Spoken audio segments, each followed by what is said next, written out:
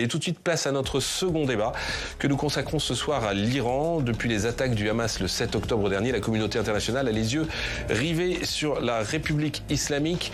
On sait que le régime des Mollahs est un grand financier, un grand soutien sans faille de tous les ennemis d'Israël.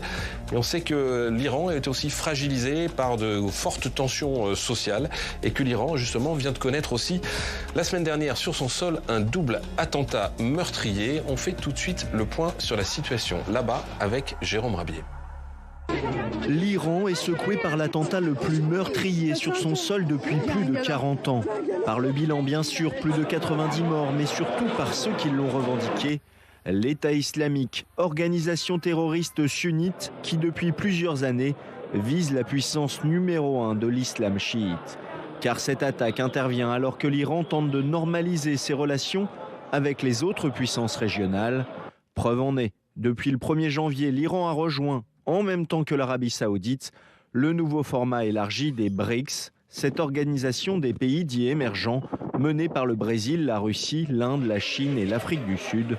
Une manière de rompre son isolement international. L'Iran cherche maintenant à stabiliser le jeu et à se rapprocher de l'Arabie Saoudite. L'attentat de Daesh contre Soleimani à Kerman rappelle de vieilles histoires, mais c'est peut-être un moyen, hélas dramatique, de remettre les choses en place et que Iran et Arabie Saoudite règlent autour d'une table et non plus dans des attentats leurs relations passées difficiles. Si d'un côté l'Iran joue la normalisation avec ses voisins, il n'abandonne pas son identité révolutionnaire islamique en se posant en premier ennemi d'Israël. Multipliant ses soutiens dans la région du Hamas palestinien au Hezbollah libanais, en passant par les rebelles Houthis au Yémen. Ces derniers sont d'ailleurs aujourd'hui les plus visibles. Depuis la pointe sud de la péninsule arabique, ils menacent le commerce international et Israël, visant les bateaux qui passent par la mer Rouge. Derrière ces attaques, aucun doute pour les États-Unis, c'est l'Iran qui montre son pouvoir de nuisance. Ces attaques ont été soutenues et encouragées par l'Iran en termes de technologie, d'équipement, de renseignement et d'information. Certains parlent d'une stratégie de diversion iranienne qui freine le Hezbollah au Liban d'un côté dans sa réplique face à Israël, mais encourage par ailleurs les Houthis au Yémen pour ne pas apparaître faibles. Un double jeu qui montre pour ce spécialiste le dilemme iranien. La crise actuelle est une crise existentielle pour la République islamique. Soit elle réussit à résoudre ces contradictions entre une puissance régionale forte et pacifique ou une puissance révolutionnaire qui privilégie l'axe de la résistance à la construction nationale. Et ce dilemme, il est présent sur la table des Iraniens et du gouvernement iranien tous les jours. Un gouvernement fragilisé aussi par les fractures dans la société. Depuis plus d'1 an et 3 mois maintenant, des femmes en particulier et plus largement la jeunesse réclament la fin du régime islamique avec comme slogan « Femme, vie, liberté », un mouvement qui tient dans la durée malgré la féroce répression qui s'abat sur les contestataires. Le jeu trouble de l'Iran, on en parle ce soir avec mes invités. Bonsoir Amélie Chely. Bonsoir. Vous êtes iranologue, membre du programme ERTI. Alors c'est ERTI pour Écosystème religieux et territoire identitaire. C'est un programme à l'université Sorbonne Nouvelle Paris 3. Et vous êtes auteur d'un livre qui s'appelle déjà Le Coran dans le sang, mais qui va paraître, Le Coran 200. Voilà, mais qui va paraître le mois prochain aux éditions du CERF. À vos côtés Thierry Coville. Bonsoir, vous êtes spécialiste de l'Iran, chercheur à l'IRIS, l'Institut de Relations Internationales et Stratégiques, et puis auteur de L'Iran, une puissance en mouvement, aux éditions Erol cette fois-ci. Et puis enfin Armin Arefi, grand reporter au Point, auteur de Un printemps à Téhéran, qui était paru chez Plomb. Et puis bien sûr Tam Tranui qui m'accompagne jusqu'à la fin de cette émission. On va commencer sur ce double attentat du 3 janvier. Est-ce qu'on est certain, est-ce qu'on peut dire de façon certaine qui est derrière ce double attentat à Kerman et pourquoi, Amélie Chely? Déjà, le dernier double attentat, ce qui est une stratégie régulièrement daéchi, qui avait eu lieu en 2017, en juin 2017 en Iran, avait eu la particularité d'être revendiqué par 2 groupes différents.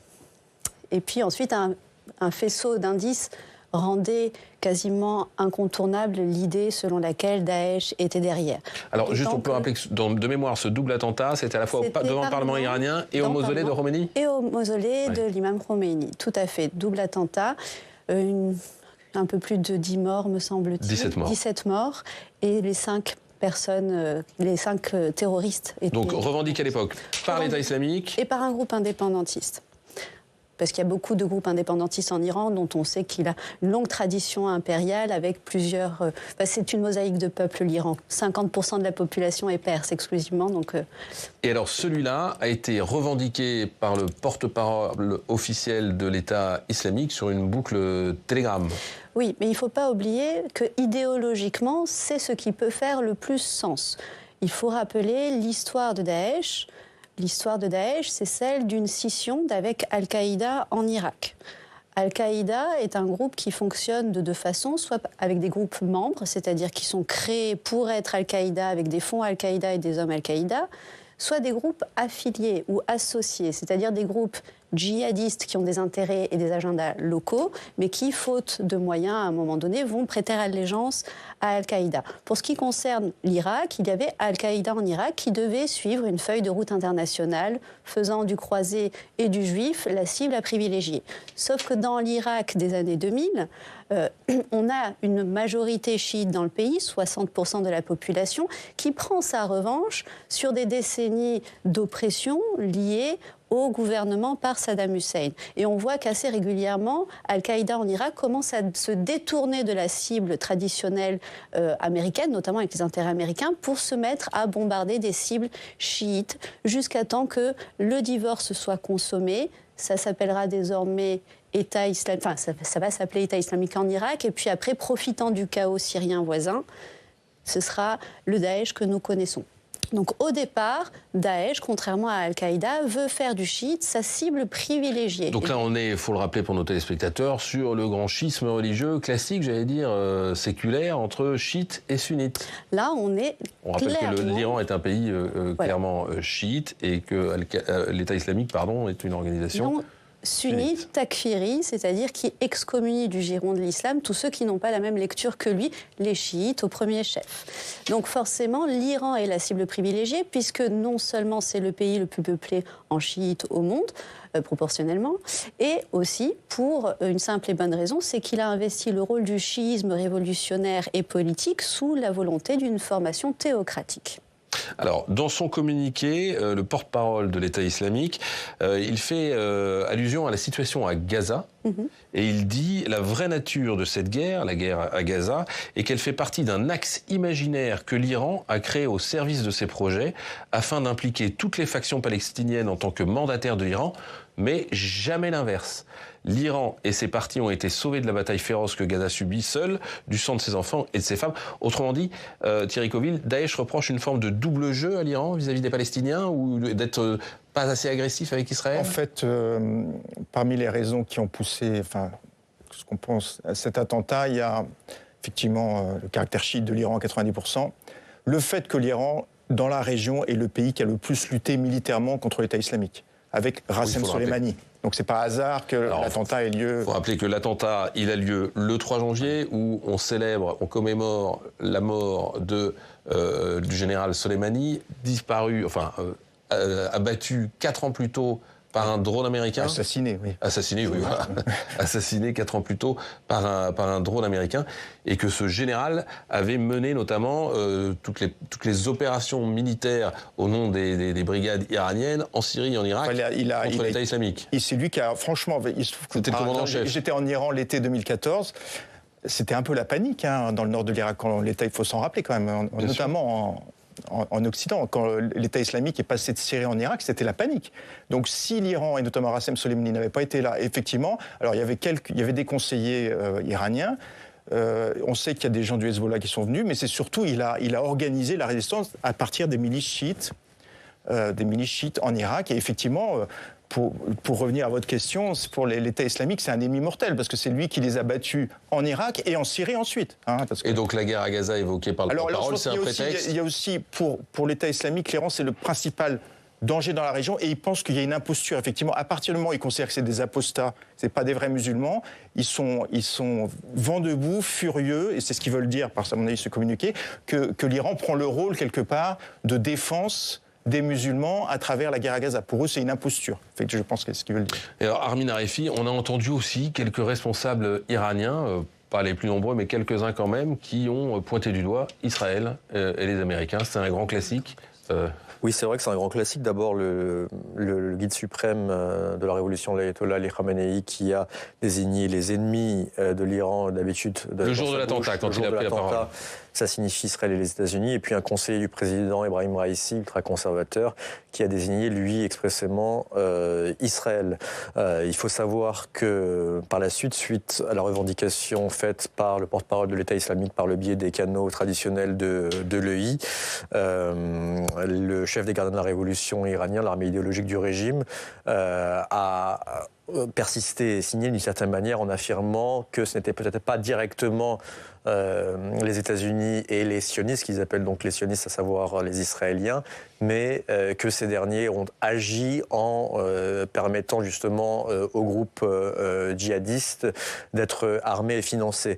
Il apparaît pour l'instant que c'est complètement hors de propos, d'autant que, encore une fois, pour avoir échangé avec d'anciens responsables militaires israéliens, ça ne correspond pas du tout ce type d'attaque, comme le disait Amélie Chély, avec deux bombes, une justement pour créer la panique et l'autre pour provoquer un carnage lorsque les ambulances, les secours et les fidèles sont en train de courir partout, visent à faire un nombre maximum de victimes. Il ne correspond pas du tout à l'habitude qu'ont les Israéliens, à savoir de mener des assassinats, en tout cas des éliminations ciblées. Oui, on rappelle que c'est un attentat qui a visé la population civile, qui a fait plus d'une centaine de morts, je l'ai dit tout à l'heure, et plus de 300 blessés. Des fidèles du régime, avant tout. Et ce ne sont pas des assassinats ciblés, comme le pratique parfois le Mossad ou Tsahal. Ils l'ont fait d'ailleurs en décembre dernier. Exactement, contraint aux responsables des gardiens de la Révolution, de la force Quds, donc la branche extérieure des gardiens de la Révolution, en Syrie, un certain Moussavi, d'ailleurs, pour lequel l'Iran a promis qu'il répondrait contre Israël aussi bien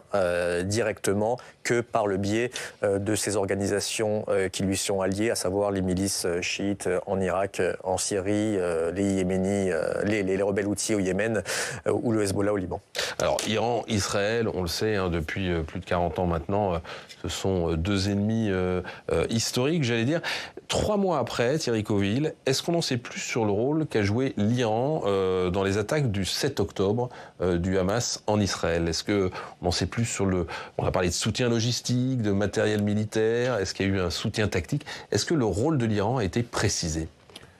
Alors, moi, je ne suis pas journaliste, je ne suis pas policier. Moi, ce que je veux vous dire, parler du contexte. Non, mais je veux dire, il y a des gens qui font plein de suppositions, etc.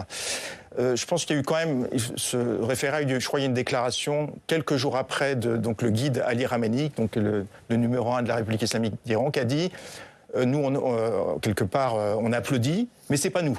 Hein, c'est le travail des Palestiniens. Donc, je pense que du côté iranien, ça a été très clair que, en gros, ils n'ont pas participé à cette action. Alors, il y a eu une sorte de polémique parce que, justement, en préparation de l'anniversaire de la mort de Qassem Soleimani, il y a un responsable des passes d'Aran qui a dit cette attaque du 7 octobre, pour nous, est une vengeance par rapport à l'assassinat de Soleimani. Alors tout de suite, tout le monde s'est emballé. Et je crois que ça en dit long sur, effectivement, c'est un sujet sensible, parce que le Hamas, je crois, le lendemain a dit non, mais l'Iran, il n'y est pour rien. Et les passes d'Aran étaient obligés de faire machine arrière en disant, mais on voulait dire justement que cette attaque est une vengeance à l'attaque de Soleimani. Alors, pour répondre à votre question, oui, ce qu'on sait, c'est que oui, l'Iran, le Hamas est un membre de cet axe de résistance dont vous avez parlé contre Israël.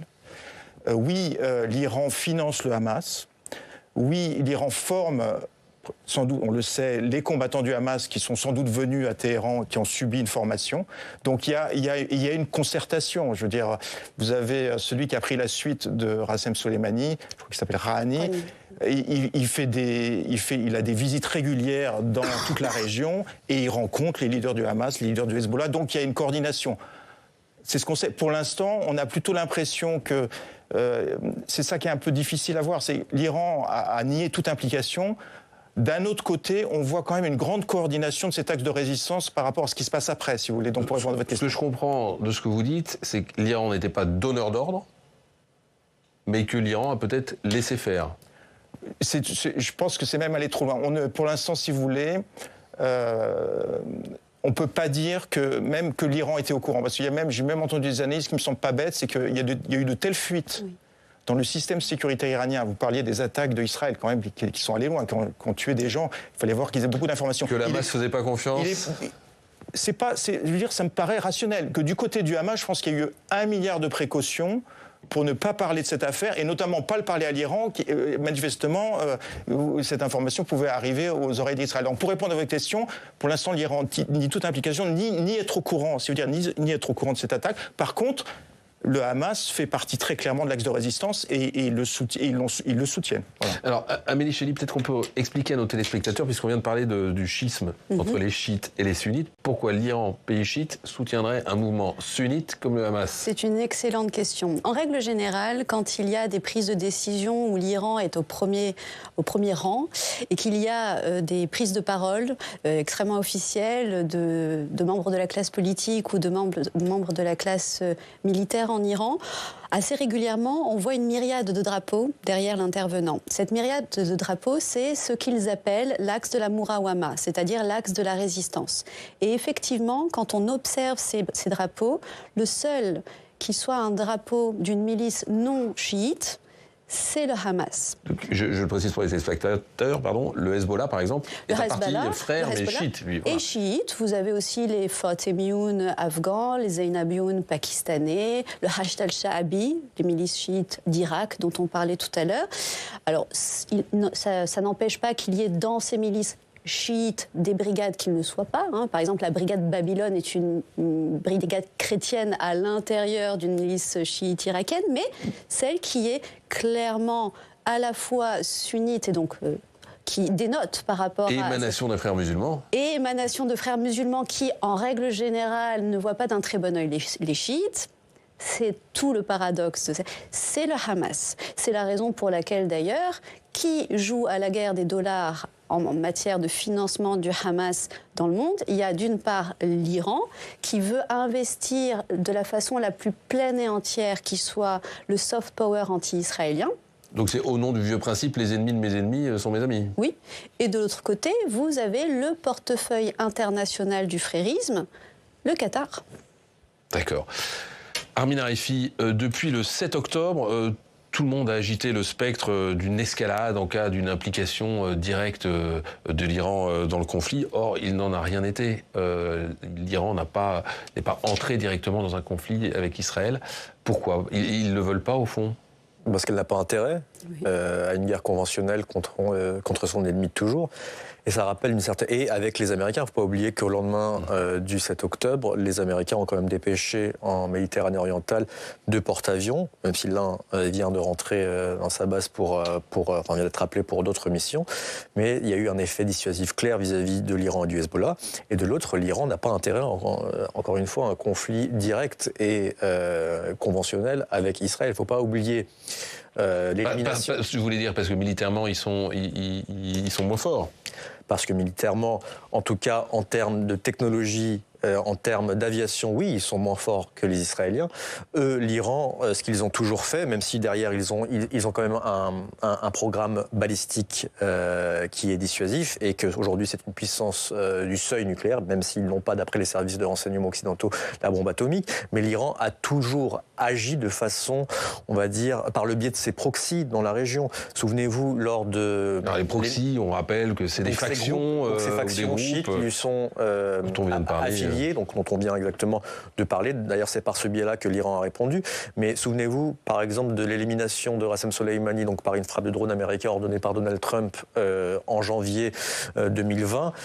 L'Iran a fait attention de réagir en visant une base irakienne où se trouvaient les soldats américains, mais en prenant le soin en préalable d'avertir les Irakiens qui ont à leur tour averti les Américains pour qu'il n'y ait aucun mort.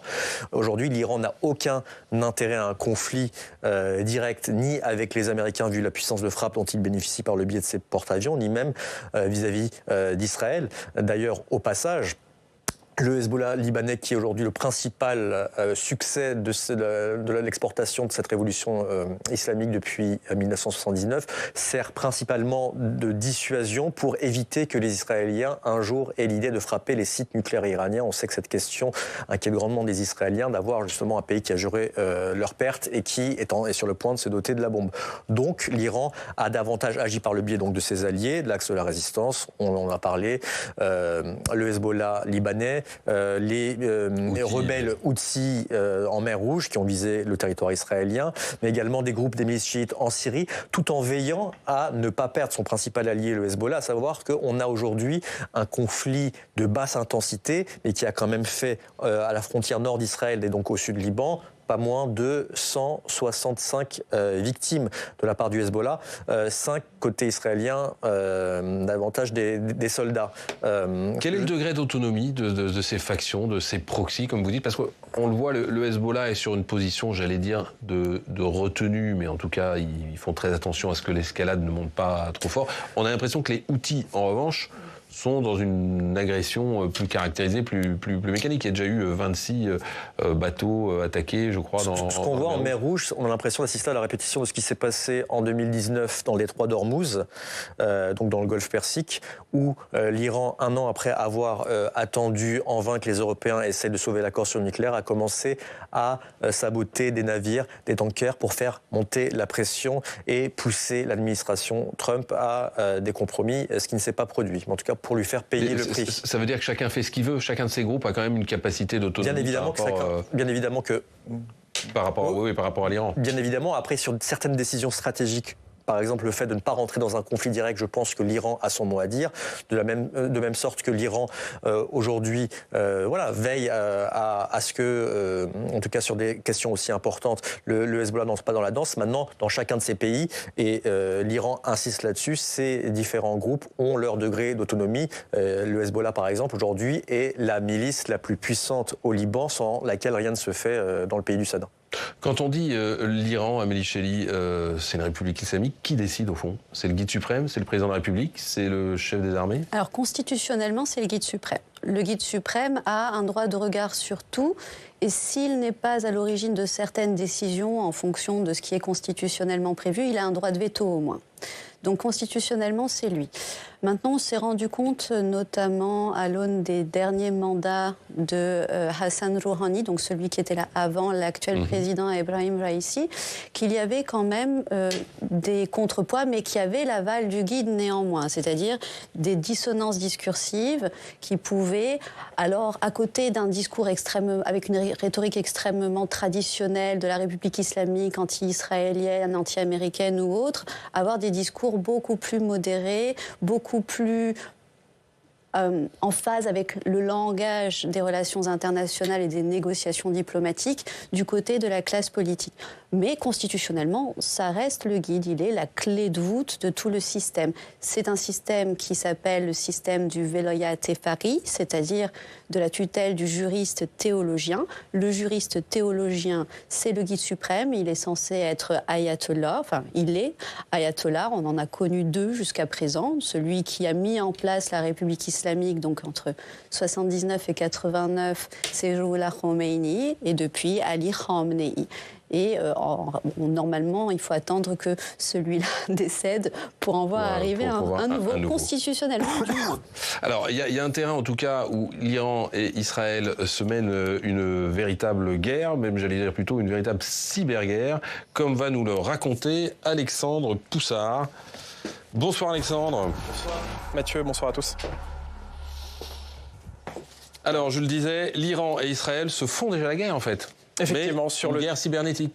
Effectivement, une guerre sur le terrain du cyberespace qui est plutôt intense depuis l'attaque du 7 octobre. En décembre dernier, un groupe de hackers iraniens proches des gardiens de la Révolution s'est infiltré dans le système informatique de l'hôpital Ziv dans le nord d'Israël. Et cette attaque, elle a permis de rendre public des milliers de dossiers médicaux personnels Cette attaque, elle n'a en revanche pas perturbé le fonctionnement de cet hôpital important qui devait faire face à l'afflux de soldats israéliens blessés à Gaza. Alors la riposte israélienne ne s'est pas fait attendre. Le 18 décembre, un groupe de hackers israéliens surnommés les moineaux prédateurs a réussi à paralyser 70% des stations-service en Iran. Impossible à ce moment-là pour les Iraniens de payer par carte bancaire leur plein de carburant. Ce groupe de hackers, les moineaux prédateurs, il a des liens très étroits avec les services de renseignement de l'État hébreu, selon les médias israéliens. Et ces hackers, ils n'hésitent pas à communiquer, à revendiquer leurs actes.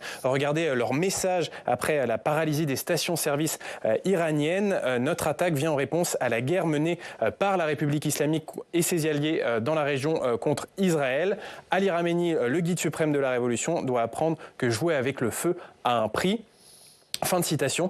Notez que le gouvernement israélien n'a pas commenté cette cyberattaque d'ampleur contre l'Iran, mais les autorités de l'État hébreu dénombrent depuis le début de la guerre une quarantaine de tentatives de cyberattaques venant d'Iran et visant les données sensibles de nombreuses entreprises israéliennes. Mais ce qu'on peut dire aussi, c'est que cette cyberguerre, elle a commencé bien avant les attaques du 7 octobre. Oui, les hackers israéliens ont déjà frappé fort contre l'Iran ces dernières années.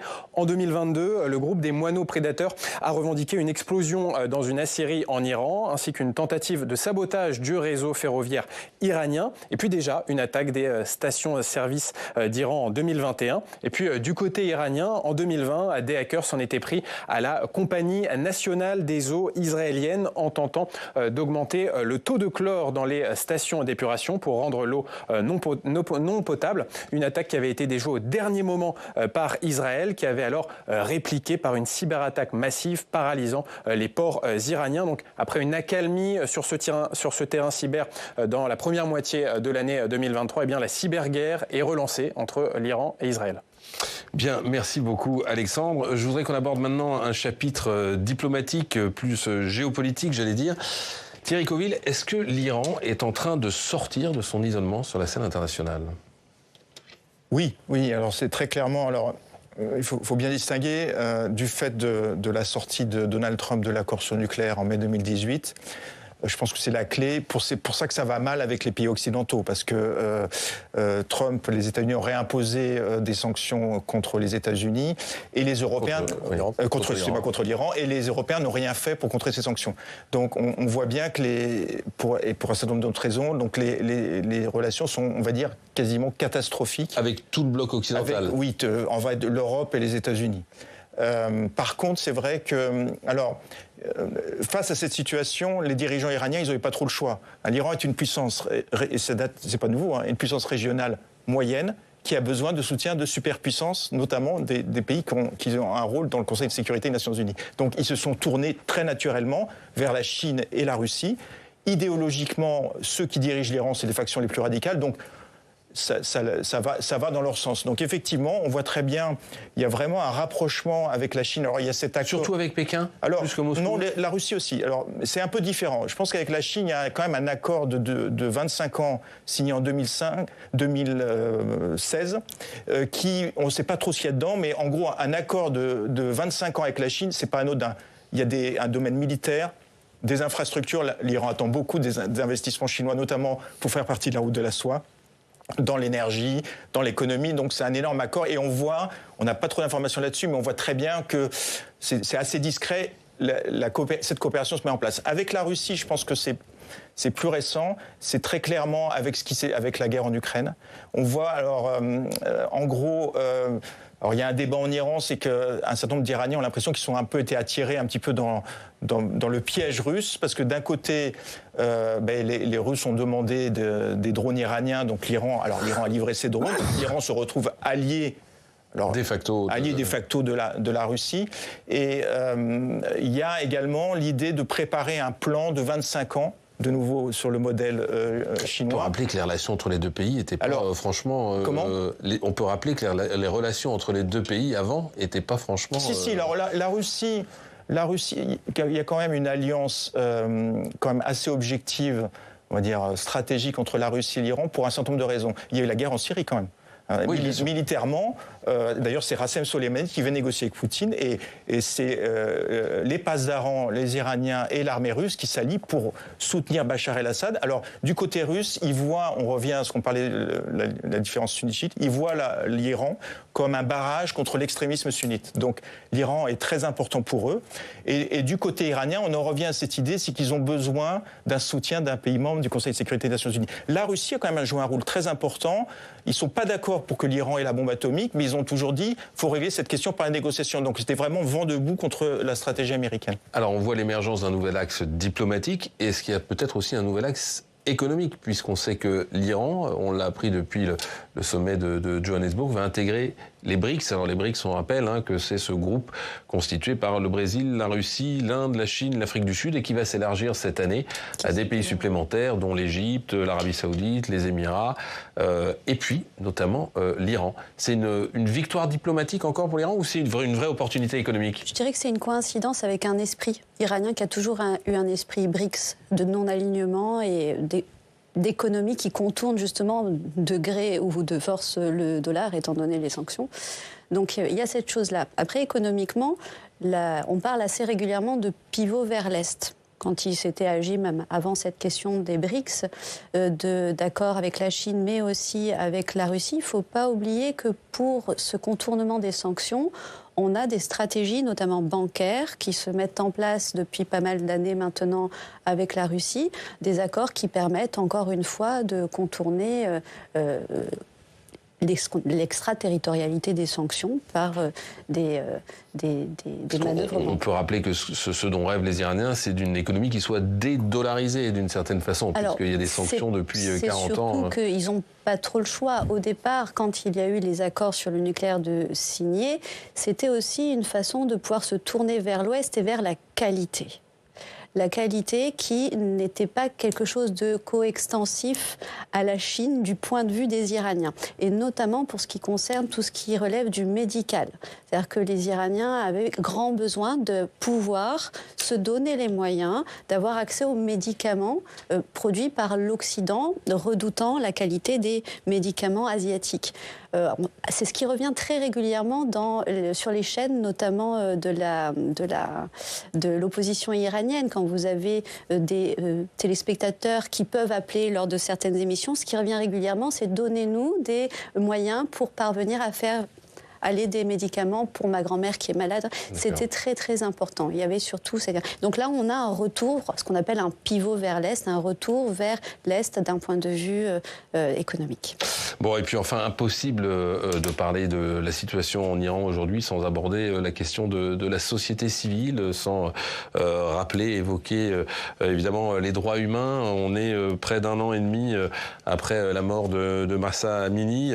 On va faire le point ce soir avec vous, Tam, avant de faire réagir nos invités.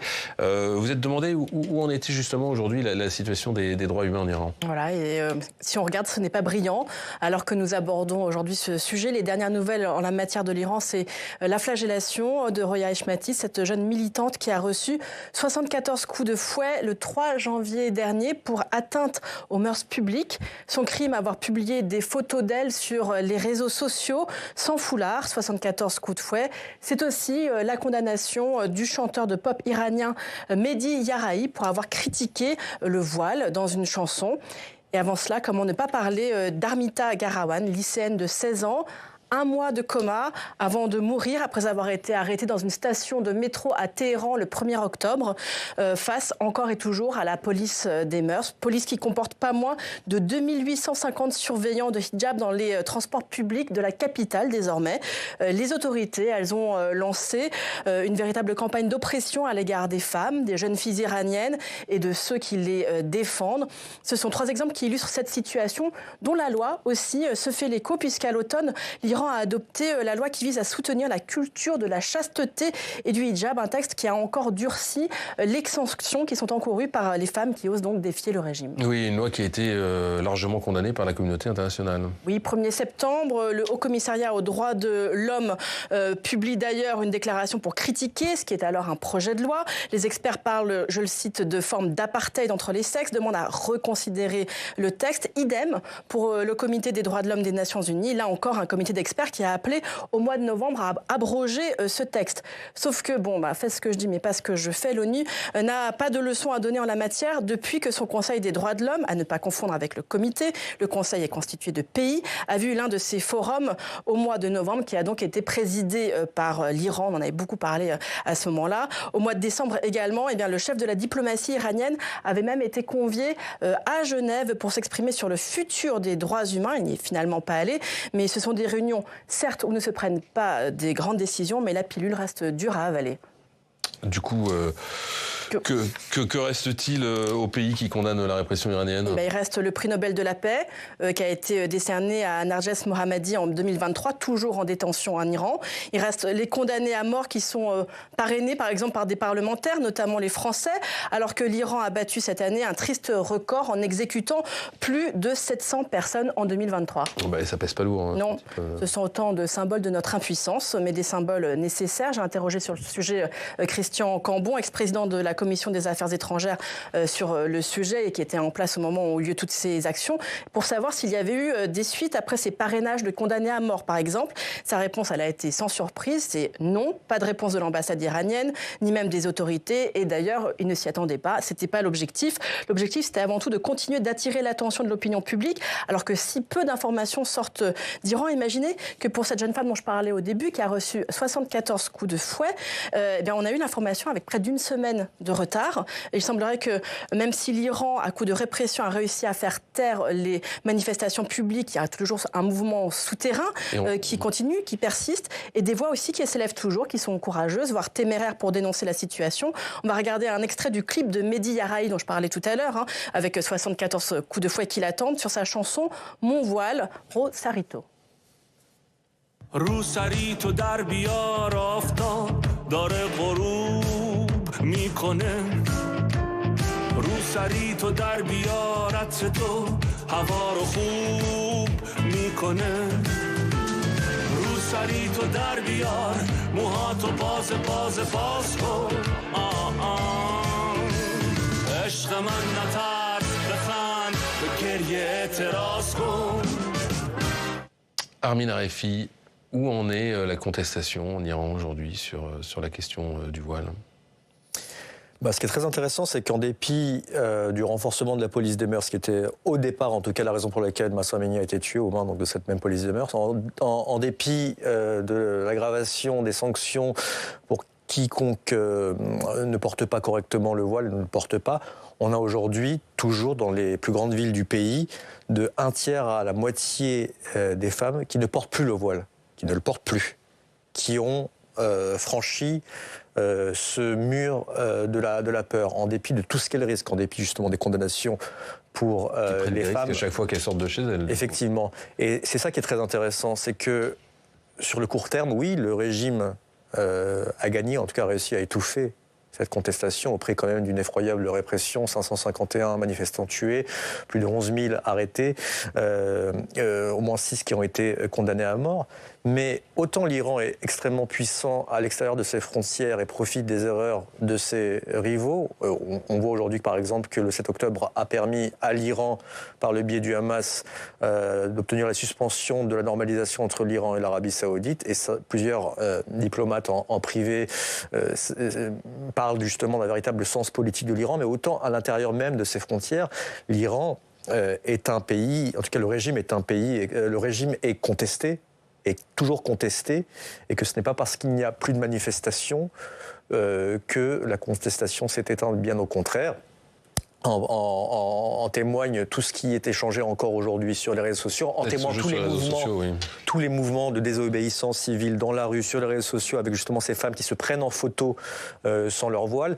En témoignent toutes ces chansons, toutes ces musiques qui sont créées en faveur de la contestation contre le régime dans son ensemble, et pas seulement pour le port du voile. Donc il y a quelque chose qui a changé en Iran et qui ne reculera pas. Il y a un point de non-retour qui a été franchi.